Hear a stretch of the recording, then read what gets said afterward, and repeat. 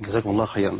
ما هي الفرق يا مولانا التي تشعبت من خلال أو من تحت عباءة الشيعة؟ جميل. الرافضة بإذن الله جل وعلا هذه تفرع منها ثلاثة، وهم أخطر ثلاثة على ظهر الكوكب الأرضي، ويدعون الإسلام والإسلام منهم براء. الاثنى عشرية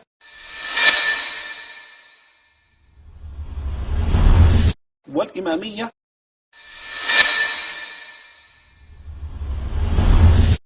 والجعفرية،